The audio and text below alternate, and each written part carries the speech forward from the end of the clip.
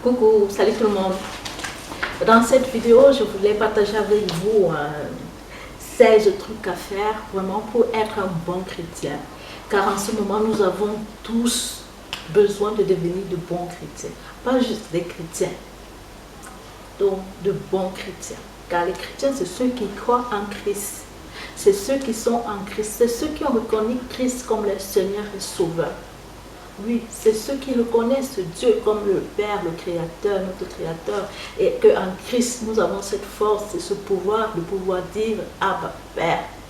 Et de reconnaître également que quand Christ est retourné auprès de son Père, après avoir tout accompli, il nous a envoyé le Paraclétos, oui, le Consolateur, qui nous enseigne toutes choses, qui nous conduit dans la lumière, qui nous garde sur le chemin. Oui, nous avons juste à lui donner sa première place, de rester obéissant au Père de tout notre cœur, de toute notre force, de tout notre esprit, de toute notre âme.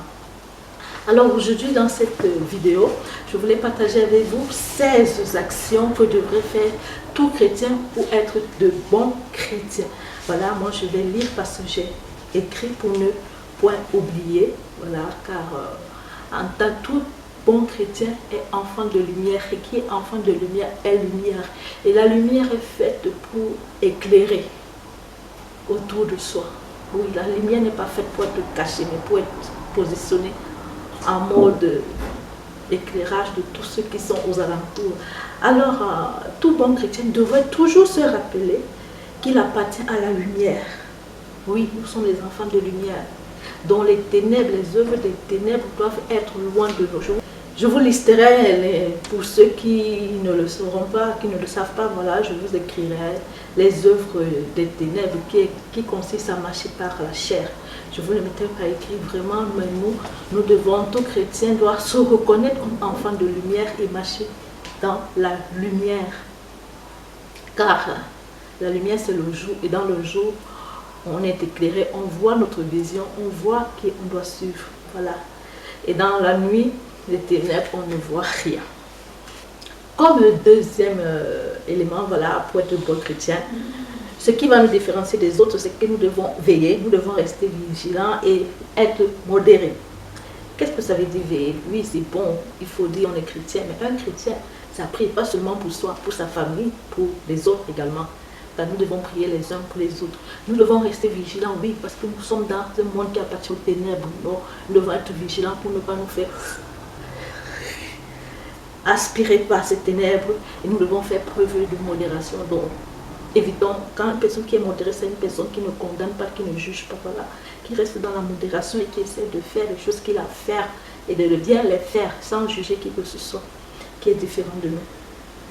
Nous ne devons pas, un bon chrétien ne s'enivre pas. Oui, on peut boire un verre d'alcool, on peut boire un verre de vin, on peut boire un verre de bière, mais de là, comme j'entends beaucoup qui disent je bois pour noyer mes soucis, voilà, des soucis savent nager. Donc un bon chrétien ne s'enivre pas, non. Un bon chrétien, il donne ses soucis, ses pensées, ses inquiétudes, il les remet entre les mains du Père, car Jésus a dit, vous qui êtes chargés et fatigués, venez à moi. Donnez-moi votre fardeau et moi je vous donnerai le mien qui est doux et léger. Moi je vous donnerai le mien qui est doux et léger. Nous devons nous rappeler, tout bon chrétien devrait se rappeler qu'il a la cuirasse, la foi et l'amour. Oui, oui, oui, notre foi nous protège. La cuirasse c'est la justice et l'amour, l'amour, l'amour. Tout chrétien est appelé à répandre de l'amour, car pour pouvoir répandre de l'amour, rappelez-vous, l'amour chasse la peur et la peur chasse l'amour. Donc l'ennemi de l'amour c'est la peur. Qui a peur ne point d'amour. Et pour donner, il faut avoir. Et pour avoir l'amour, il faut chasser la peur de soi. Donc, et savoir qu'on a une foi qui nous protège contre les attaques de l'ennemi. Comme cinquième élément pour un bon chrétien, nous devons avoir notre casque, qui est l'espérance du salut.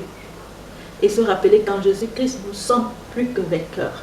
Car notre casque du salut protège nos pensées, oui, oui, contre les attaques, car il y a le malin qui est là avec sa ruse à nous faire des suggestions. Mais si nous avons notre casque de salut, nous filtrons, nous créons un filtre dans nos pensées, car si on a ce casque, ça veut dire qu'on écoute la parole de Dieu. Oui, nos pensées viennent de ce que nous entendons, de ce que nous voyons. Alors, le castre, ça veut dire qu'on a un castre qui va filtrer tout ce que nous entendrons. Nous allons d'abord commencer par sélectionner ce que nous devons entendre et ce que nous devons voir, afin de protéger nos pensées, afin de rester dans le salut, d'être en santé. Voilà, j'espère que c'est assez clair. Comme sixième élément, nous devons nous encourager mutuellement afin de grandir ensemble, afin que notre foi grandisse ensemble. Donc, nous devons nous encourager. C'est bon d'avoir des groupes de prière, c'est bon de parler avec notre entourage de l'évangile, de bonnes choses que donne l'évangile. Nous devons être capables d'apprécier et de respecter nos dirigeants et nos enseignants. Ça, c'est fondamental. Une personne qui manque de respect, à qui est au-dessus de lui ou à qui lui enseigne des choses, ne peut pas réclamer de respect. Car ce que tu veux que les autres fassent pour toi, toi-même fais-le pour les autres. Donc c'est un peu dans ce sens-là. Car je crois que tous nous aspirons à être appréciés, à être respectés. Et alors pour pouvoir être respectés, appréciés, il faudrait que nous d'abord nous commençons à respecter et apprécier les autres comme nos dirigeants, car c'est très facile de critiquer ces dirigeants ou encore ces enseignements. Donc faisons bien attention à nous. Comme le huitième élément, je dirais, nos dirigeants, nous devons les estimer, les aimer, pour qu'ils travaillent au mieux. Voilà.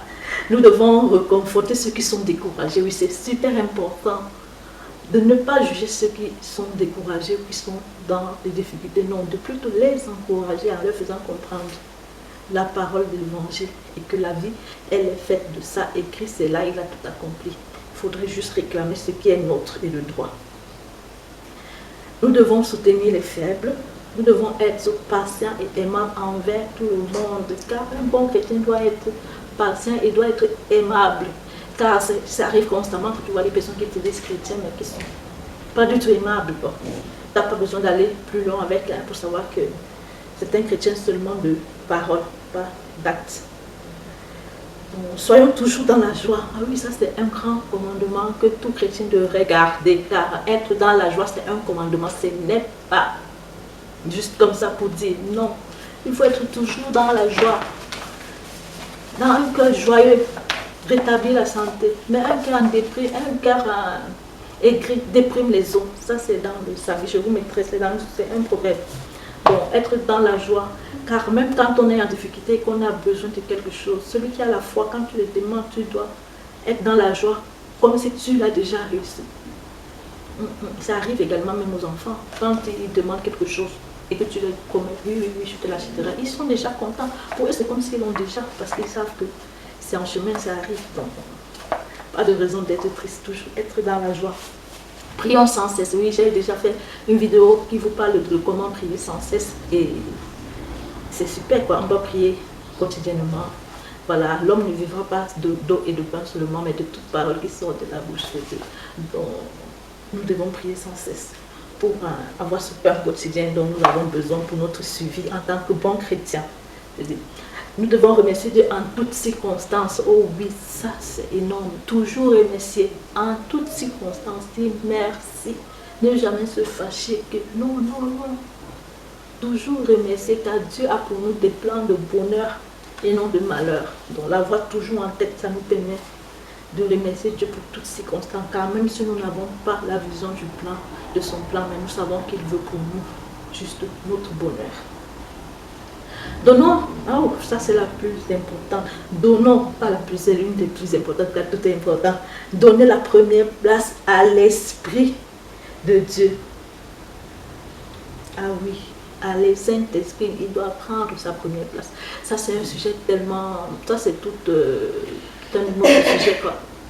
Car le Saint-Esprit, sa place, vraiment lui donner toute sa place qu'il mérite. Et sa place, c'est la première place dans notre vie.